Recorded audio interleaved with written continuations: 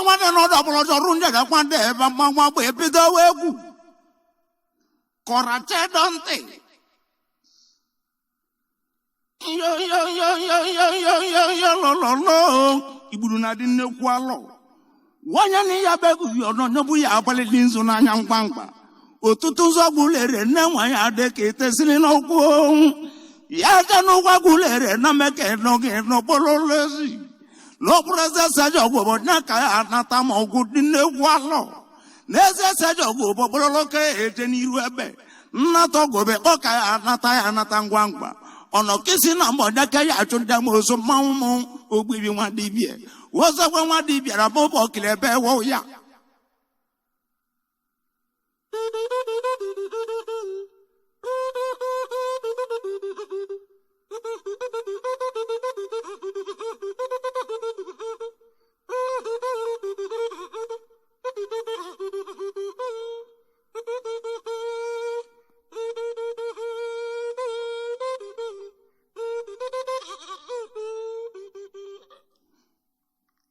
kataboli bongwani no bulu jo robia na ebe bono ore pawa negu ya yeza taka na metele manyana akwono agongo kanwo bi onkwendo no Iburu na tunegu egwu akatabomi na iji malo babo dakoji waligote ugwu monye ne na kwatara ojobu na egosele yo denyade worobu chiba ya bo kilo ya bu nko nwe pute ni bi no ogbu ewi aro mburu kwa jalo wo gwogo na akali oboda dora wudi igiloro bu manwo ya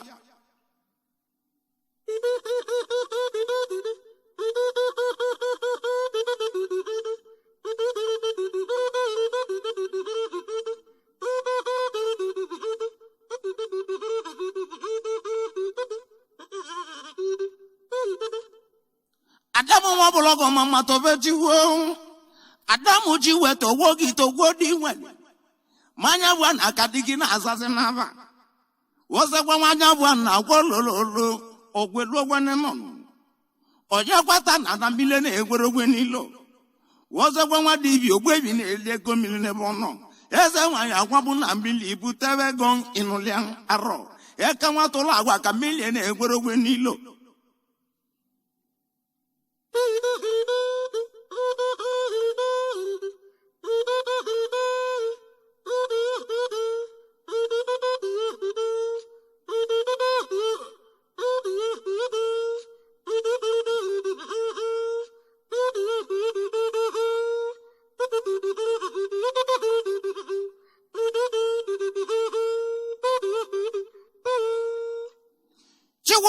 Wana mwana moja kwa kayi mbelena oje kwata na oje kwa nya kayi mbelena mate woni no za kwa na mwana machine edo ye mo fanta dele pulumuna anyi kwata changwangwa ani meja no na bulo no rati anyi wo bu mano na mendu no ikamala bato bo karebo ya bato kwechi awu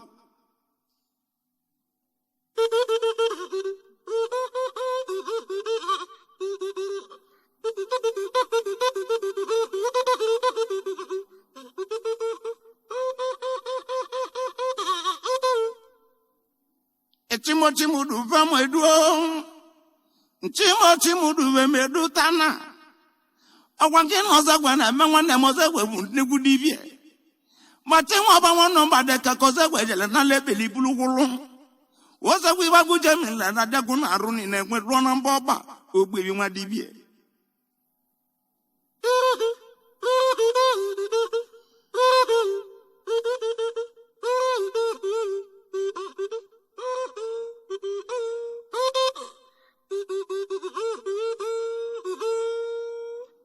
Onyanya na nwanya na meke na wogi ndegu gwani biala Onyanya na nwanya na meke dogi ndegu gwodu Ekendele lanu molobo de korunja da kwa ba desi ngbangba Ya janu Aguleri dikenge no gwa ba po tutunzu abogi Diki baguje mila na dagu na aruni na gwe na mboba Angulu monya ra abuezi anyamalu do ye diari ne bono Nwanya na chongwe na yiro pante ala rola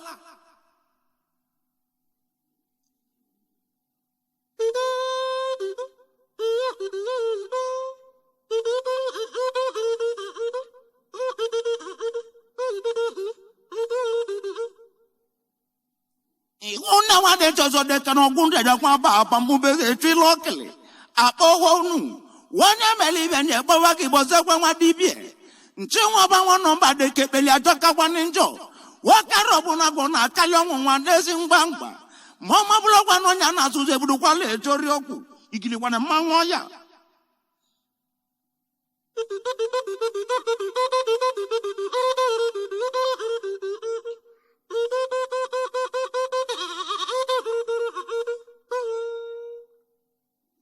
Yazi Aguleri no so.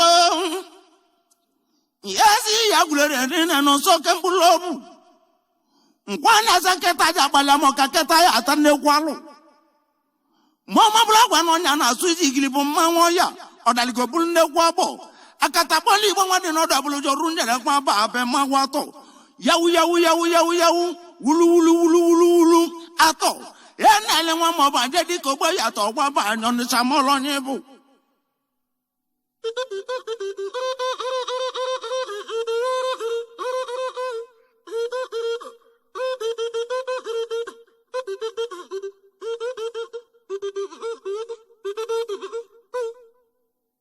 Ntajabo gode no bonye buchi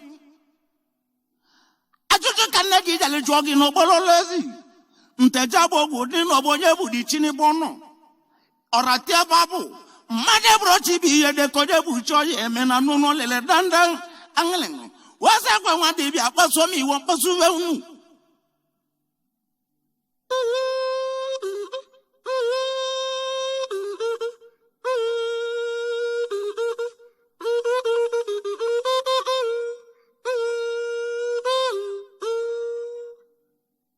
ekananu molobo de kagbado ngwa wakalobo de keke no kambulobu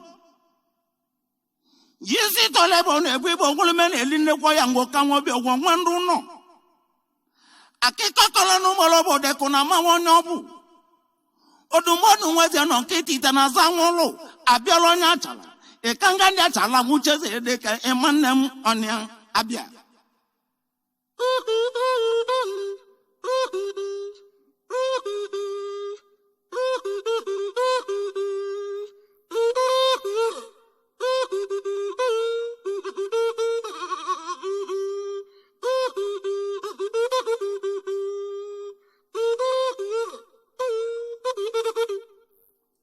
Wabi na wakalobo de keweli obaro obu na gwe kenene be no. Kenele mo wadi bi de ko se gwele otechu nu wa kwacha mo kan jeje be ni igwe. Ngwale abanu molobo de ko bi na gwa ba be na nunu abale. Made bro chunwi buzo de ko boda dora wudi. Igilibu manwo ya. Yiba melonya na gota jagelebu na azegi igwe. Wadon la yo go dora ya apulele ndu. Oke lutonya dalo be madeka na akon ke so tu nambesen inulian wone mo che ka gwibele ebe di abisia nu molo bo ka che kankin abisionya nando ezebila nu molo bo gwibele ebe di mbele ba yo odugu nwana la ga dia nwana che kankin bang kampo bo ligo so gwe mane lu di kankin boye nugu nwa manu molo bo nko lololo nwaye nwamu oligosu ogbeyo nese gwe manelu odeka imoye nugu oligosu kanale manu bolo bo gbe ne ebelive nke mawonobu mbala bawo njinjara ragulere kwololo nwa mara go bi ko ba wale njinjara ra kwa ba na bono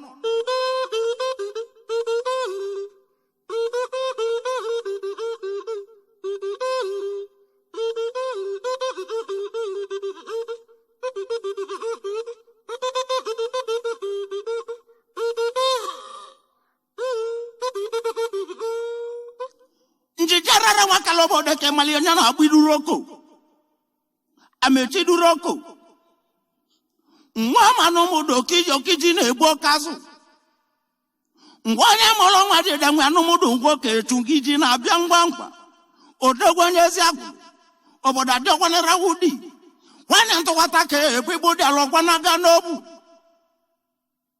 nwa mara gwaro obo na go biko ji isi ke basuweze etu iwo ibo agwa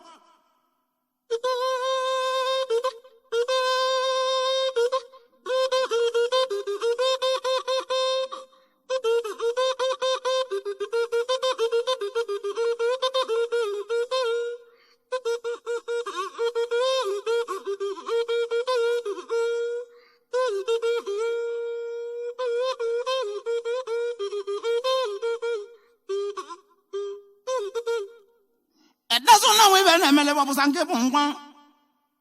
It doesn't know. It doesn't know can adjust babu sanke pongwa never know. Even when they are one ever can and one lady moon, it doesn't know. Akatabali one and on the apology of one as a divia. Makiko no more de corun de la papa pamau. No one to attack everybody along one aganobu. What about Chanamba Kaduria about Levios on a bono? When you la Jadunian Uche Rolonon.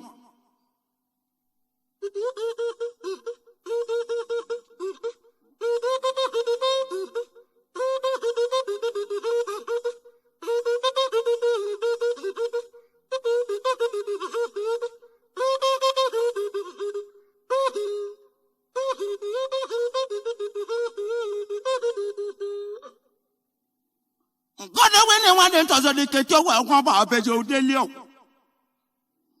God, yet your way, Dico, wait, Delio. Akatabali, one and on double your work about Bemawana, Bokuchi. Mama Batona, Demokuchi, and Waba, Bemawonobu. Yaman Evelina Kayamote, your Bolognese. Why your Batona, Demaniti, Waba, Babalokobu. Opaliba gujamila na daguna aruni nangbanga. Opala numolo opala robo na konkopala. Ibutu wano no dikeni okwe okwabaga bang nwamu aro. Nwami kapi wololo okwabagam oyenugu. Iji malo ba okwatako iligoto zo oji moya modi nseka kalirobo ebe.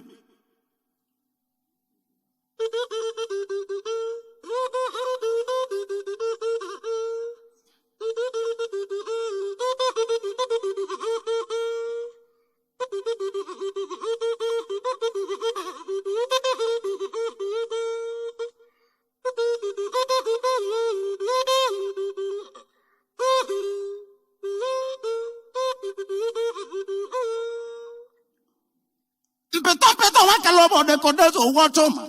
Yasa. Oyemu aro. Udasa watoma dezo ngugwa loka. Peto. Kanele manumo lobo de kobwe pati kwamba apana bono.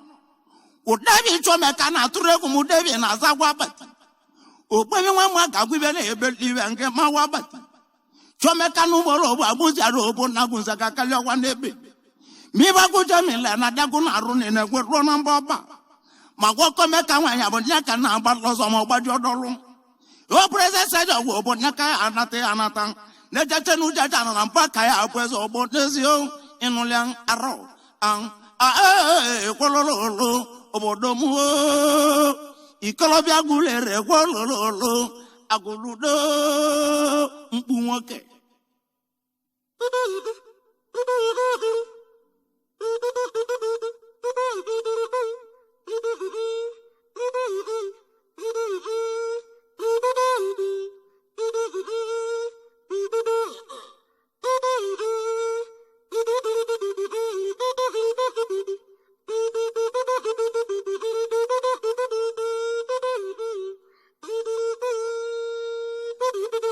Aguleri na nazwabia no bololozi. Kareka chudi ibuchi bwalo watuna na ngwongwo ibono. Oye mundoza, onye bulu anglengo. Nchiwo de mego na eme nwato nwa bulo n'etie. Na bunti dike na asajo ogwo na bono. Na buntu watake ebe boda lokwa na ganobu. Ngwongwo na ngwongwo dike nyonko ya obonke chegwo de ogbu ibidoza.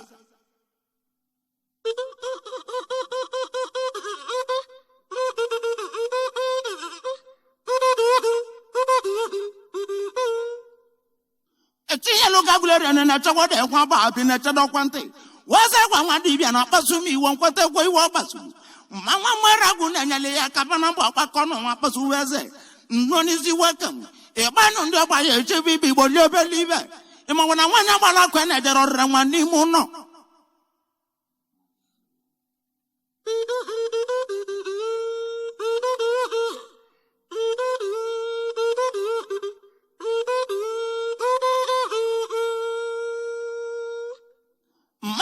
Molobo de konyano we ibono. Ngino wanka gi yagi jamuna kemu yaga ibano. Masa no molobo de kenano kana akwabu ibe no. Egu toje bolo made ko ye bete ibe. Oje de ko keja damu na dige buru won egwu onwa. Ye kwa bata won mo tata manu kwete egwu. Egwu ye ze chololo otakali odigi inuli o. Ogoli mo lo okatali odi wele. Otakali weze chonde bololo Ntatula wobi ola kana agbanwobi ogonyiri na nyola. Mmatu na wobi ebumpalaka ya agbanwobi ekoja mata no. Wana kwalola tete nyaka na acha wobi. Chiwa kelo wa chibu na chanya agwevi cha wobi.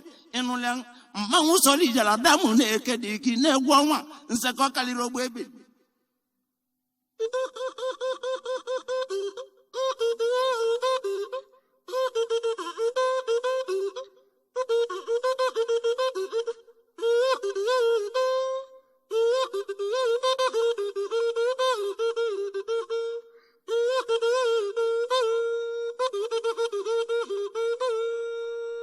Yebuka wanya no we yadikana beke de wunu. Yebuka wanya no we yadikana beke de wunu. Nwamu mbeni dikana gikendi gwadanka no si gwadanka. Wabele nwa bo gwana egwunche na gwa ba kendi gwadanka no si gwadanka. Odenka kene mi le ngwezo na akola kanimu no. Nwama nu de mi la rawe na ejuro ba no si gwadanka inogwe awu.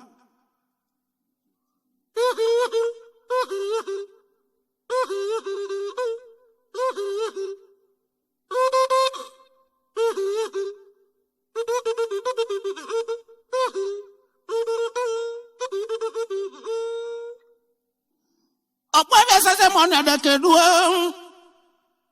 nwamu wasa nwanya nwamu milalal sisi moni okwabe sase mona de ke malonya na akpọ nwoke emale mavila ngwibe na ebelive nke mavila villa point ke mana lo na azanava odudu tale na ma obo nyaka na akpọ dani odogun oba na agwunwibe na ebelive oja moke mbulobu Wala mona monde ko tebi don oyi mo chele.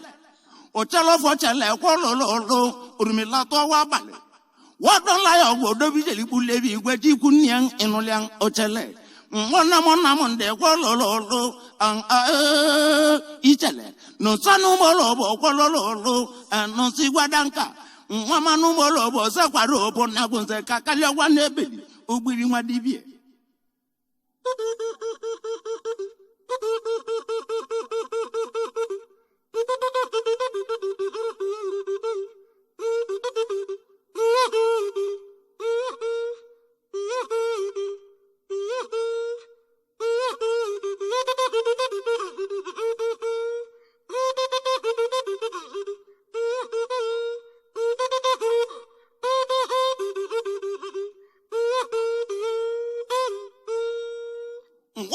Aguleri de ketemengingo Mike.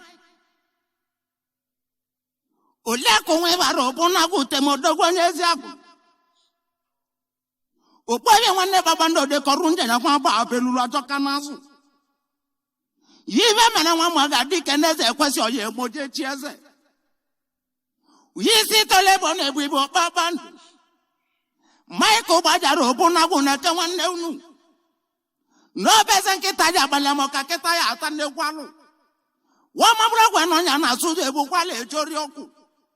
Wo ya ni ne ke woki ke choki ke kwa ba batara woki. Nya ko kwala e ralo lilimotisi na lo kapenta. Wo don la yo gwa volu na ekelili over.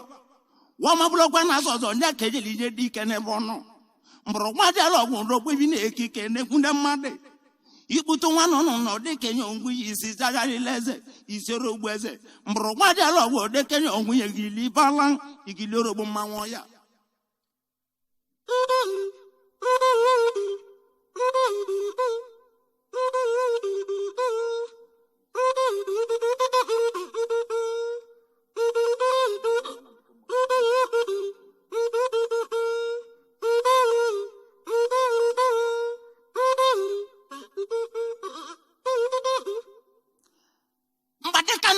de kuna mala mekan ameka na mbode ke kibadigo e joke ibe Abeka wa kalobo de ka wa morava. Abeka wa de mese de ke ma wonobu. Yese kula Aguleri de ka mula meke morava ne bono. Mumu kata Aguleri de ka bonya ka ye mota me ko bulu jemisi.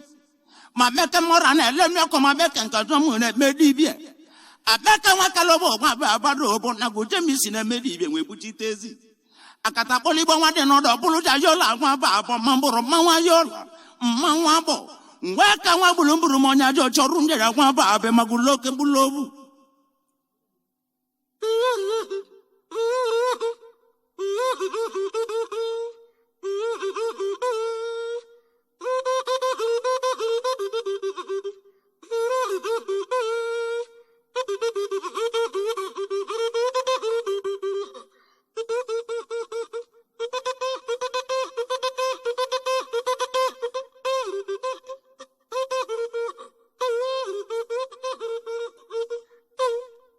Wabale manu molobo de tegemi waba abobuloni.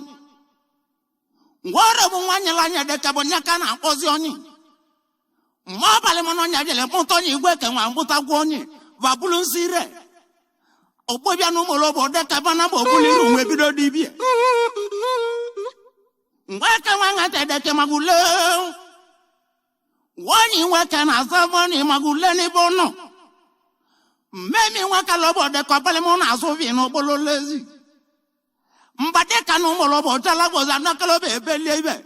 Nwambe yili mbi kuna robo na gwo bonki wan ugbibi nwambe. Igu na nwambe ine gwo lololo an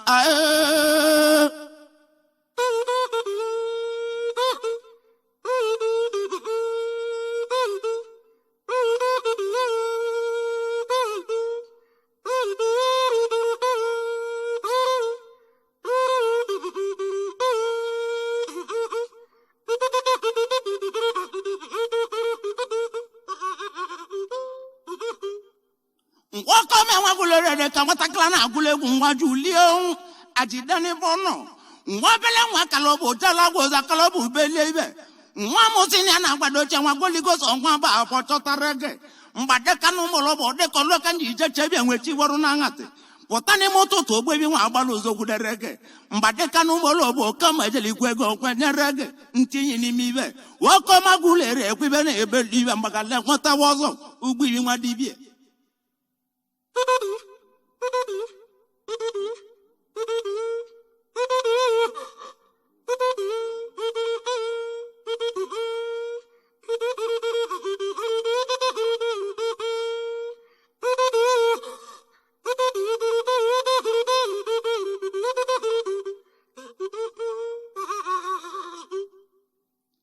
Imanelo wa modeli ki malamanwo ibulu de yodenji. Wadi lyo baro kuna uke no denji. Udevi odu. Udevi keno kudevi na kwa nabi akwande efe mwegu anwa. Abulu kankan angling. Ako mago mwezi anonketa kwa baro kuna kwa yimbo kembulobu. Chairman. Ibudu na tuwa negu. Ekwa ba chairman edeke no mwezi echi wonde evali na wonu begu. Emeta na nango kana adiri le nandono. Mbade kanu molo bepa namba na adero ma medo no boma. Wane mo na monde kwa tora avan uponde ta wane mia enulian aro.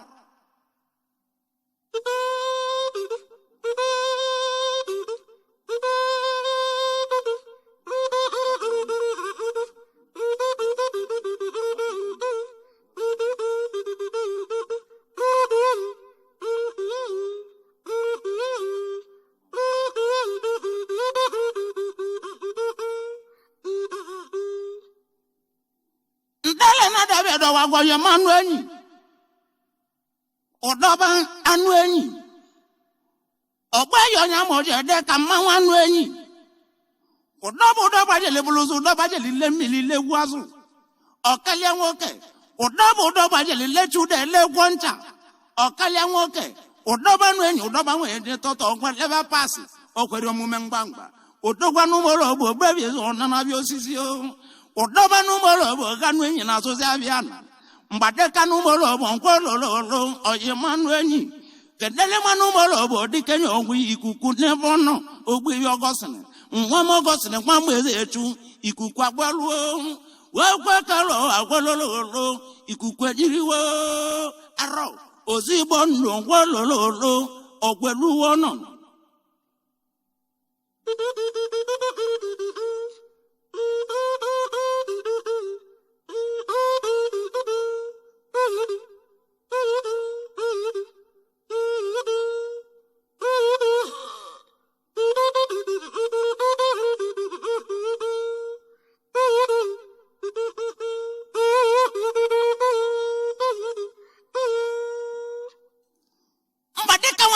de kamejion arro yeto de kanwa morabo de kamechoke bulobu yeto de kanwa morabo de kanwa kana dirili mabia ni muno odumodo nweze no nketa nsaga kaliwebe ani matolo mabulolo aboso gbe yeto dikina no no kele kedeli manu molo wonu no konje jeli bene bono odogun wa di bi ose gwaro obo nago arọ wase kwa nwadi bia gwololo okange gwowo ne bono mbade kanu molo bo gwololo oje mebani aloyi wonu aro kwa kika na akpozo sebuli wunnam inowia evani ongwozo Agulere ke banye deke na no kle mbro gbade lo gwodo se kwa agbaso mi woni benno ichekulicha arọ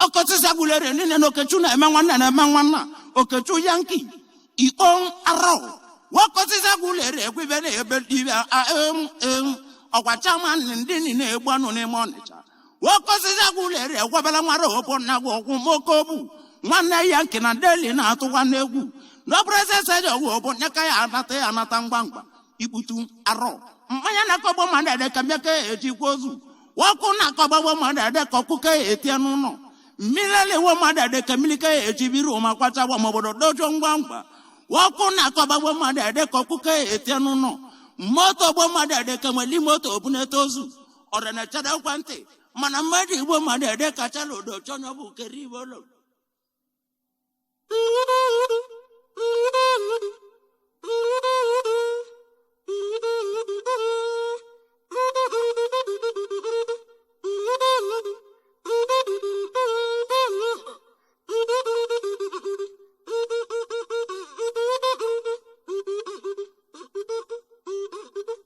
ukomade nwa mwere agwebe ko nwele nwayo na nwanye jala ya zụtire wo chọrọ na bịa ngwangwa kededi ke meche iko ba kpososo bata ni konyi lo ba weli nyiri ije iya ko wi woro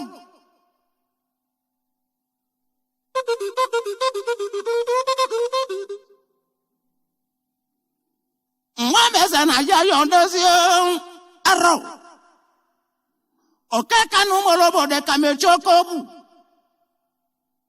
nwa mo nwa kalobo de ka nwa mo bele nwa na yo deze amechio okeka nwa mo ga kagwara obo na gwoji mgbangba emecha no mecha na gwo kana dirili no bololezi ko bale ma no mo do kwibele ebe diwe ko bali bio temeriti gwolololo nwa meza no cholololo okangeluwo au